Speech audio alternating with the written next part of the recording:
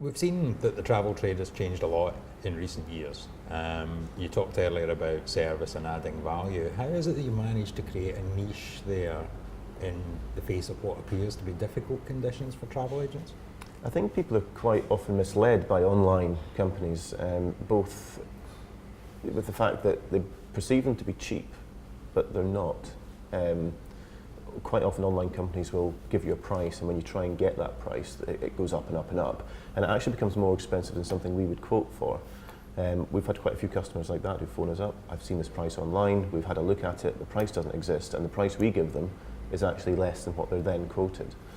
I think also in terms of there's so much choice out there, and it's nice to have, you can look at online sites, you can look at reviews, but actually having somebody who knows the area, who knows the hotels, who's got a network of contacts who've perhaps been in that hotel, can give an objective, unbiased view.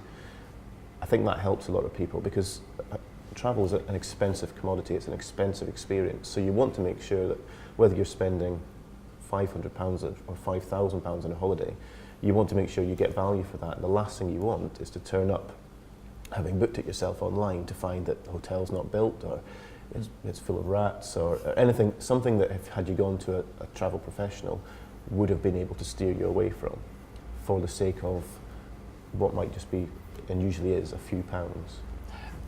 What else then do you feel that you add to the experience for people in terms of booking a holiday as opposed to doing it themselves? I think that our advice and experience is probably key. I mean, we've been to over 25 countries, all of the most popular ones, which means we've travelled and we've met the hotel managers, and we meet the nightclub managers and the restaurants, and we make a good point of trying to make contacts on the ground in a lot of destinations. And a lot of travel companies and online companies can't offer that level of, if you go to this restaurant and speak to this person and order this dish, and it's that level of attention to detail that we offer, which a lot of people can't. And how do you go about actually managing customers' expectations when they come along looking for a Waldorf Astoria for £200? Well, we'll obviously give as good value we can within a budget, and we'll be realistic. So if somebody comes to us with a budget that is unrealistic, then we'll be honest with them.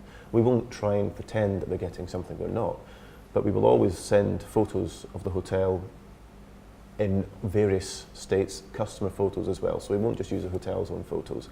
We'll be very honest with them. If we think that the hotel isn't going to be up to standard, we'll give them a range of options as well to suit different budgets. We have had customers before that want to go with the cheapest, and we've warned them against the hotel and they've gone, but they've been happy because they know what to expect when they arrive. Had we said that hotel is going to be different and they'd experienced that, then it would be a different story.